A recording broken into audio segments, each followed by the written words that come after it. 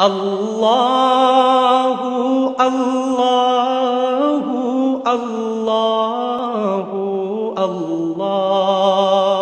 بسم اللہ الرحمن الرحیم۔ پروگرام آج کے عالم میں آپ کے سوال اور ان کے جواب کے ساتھ میں ہوں محمد کاشف شیخ۔ ہمیں اقبال صاحب کے سوال کا جو جواب ہم نے کل پیش کیا تھا، اسی پر مزید ہم سے پوچھا ہے آصف صاحب نے راولپنڈی سے۔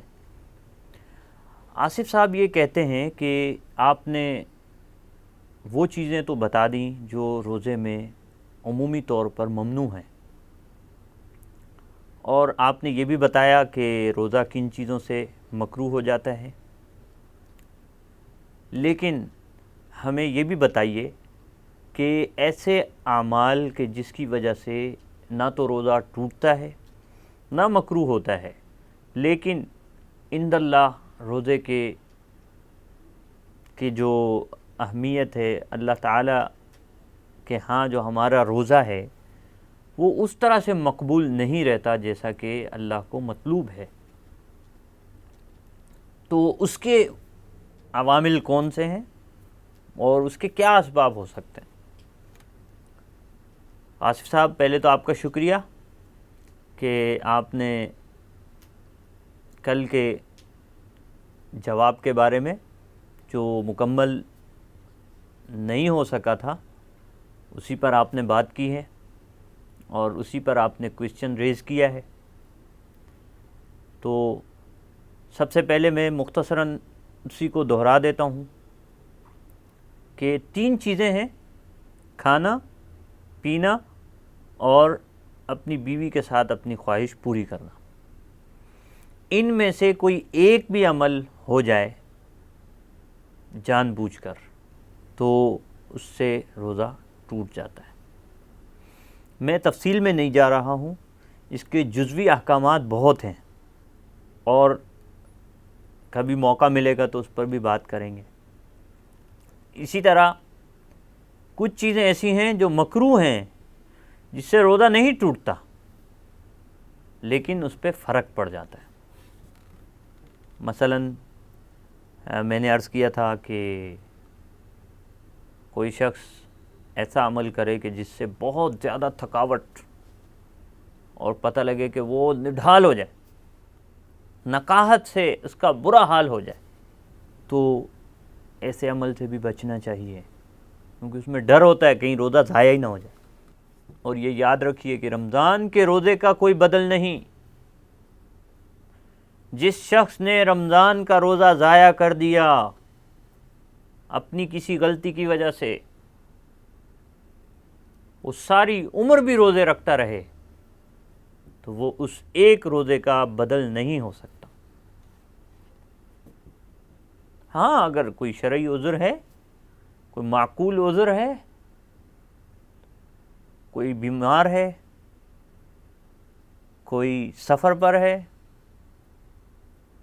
روزہ نہیں رکھتا، یا کوئی خاتون ہے اور وہ ماہواری کے دنوں میں ہے، یا بچے کی ولادت ہوئی ہے اور ابھی خون جاری ہے، تو اسے شریعت نے رخصت دی ہے، اور شریعت کی رخصتوں پر عمل کیا جائے گا۔ لیکن یہ یاد رکھیے کہ بعض کام وہ ہیں کہ جس سے نہ تو روزہ ٹوٹتا ہے اور نہ بظاہر مکروہ ہوتا ہے، لیکن اللہ تعالیٰ کو وہ عمل پسند نہیں۔ صرف روزے کی جو اسپرٹ ہے، روزے کا جو مقصد ہے، اس پر فرق پڑ جاتا ہے۔ نبی اکرم صلی اللہ علیہ وسلم نے ارشاد فرمایا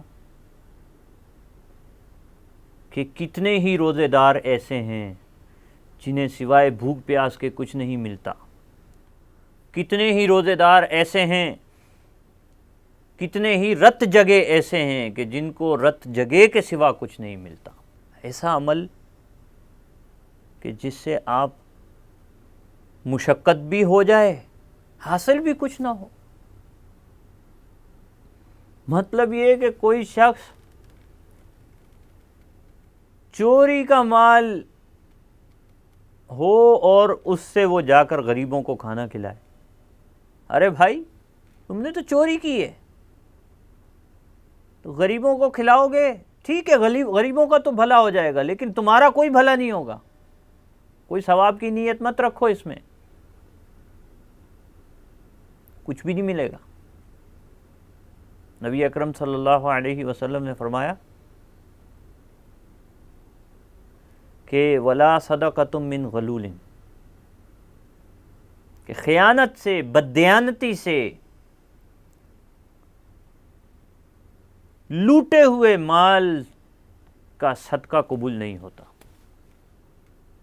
ایسے ہی معاملہ ہے روزے کا، کہ اگر آپ نے روزہ رکھا لیکن اس میں جو اس کے تقاضے تھے وہ پورے نہیں کیے، اللہ تعالیٰ کے ہاں وہ روزہ قبول نہیں ہوگا، وہ روزہ منہ پہ مار دیا جائے گا. وہ اعمال کون سے؟ سب سے پہلی چیز ہے جھوٹ، غیبت، بدگوئی، بدگمانی، چغلیاں، گالم گلوچ، بد زبانی، طعن و تشنی، افطرا پردازیاں، بہتان تراشیاں، الزام تراشیاں. یہ ساری جو خرابیاں ہیں یہ روزے کے اثرات کو زائل کر دیتی ہیں. نبی اکرم صلی اللہ علیہ وسلم نے ارشاد فرمایا کہ جس شخص نے جھوٹی بات نہیں چھوڑی، اس پر عمل کرنا نہیں چھوڑا، تو اللہ تعالیٰ کو ایسے شخص کی کوئی حاجت نہیں ہے، وہ چاہے بھوکا پیاسا رہے روزے کی حالت میں، اللہ تعالیٰ کو اس کے روزے کی کوئی ضرورت نہیں. اللہ کو تو ویسے بھی روزے کی ضرورت نہیں ہے، یہ تو ہماری ضرورت ہے. یہ تو ہم اسے خوش کرنے کے لیے عمل کرتے ہیں، اس کی رضا حاصل کرنے کے لیے عمل کرتے ہیں، اس کے اطمینان کے لیے عمل کرتے ہیں. تو اللہ تعالی ہمارے اس عمل کو، اگر وہ ان آلودگیوں سے ملوث ہو جائے، وہ اگر آلودہ ہو جائے، تو اللہ تعالی ہمارے اس عمل کو رد فرما دیتے ہیں.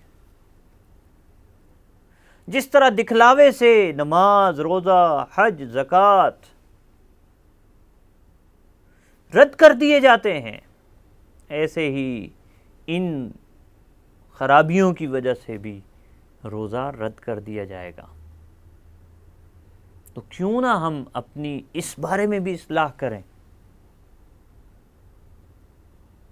ہمیں یہ ترغیب ہو، یہ موٹیویشن ہو ہمیں، کہ ہم اس وقت تک مطمئن نہ ہوں جب تک کہ ہم ان ساری چیزوں سے بچ نہ جائیں. گویا روزے کا عمل ہماری اس لحاظ سے بھی تربیت کرتا ہے. نماز اگر اجتماعیت کا درس دیتی ہے، امیر غریب کا فرق مٹاتی ہے اور سارے مسلمانوں کو اکٹھے ہونے کا درس دیتی ہے، تو روزہ اخلاق و کردار کی پاکیزگی کا درس دیتا ہے. زبان کی پاکیزگی، سوچ کی پاکیزگی اور اپنی بول چال کو درست کرنا، یہ روزے کے مقاصد میں سے ایک اہم مقصد ہے. جو اس کو حاصل کر رہا ہے وہ واقعتاً روزے کے مقاصد کو حاصل کر رہا ہے.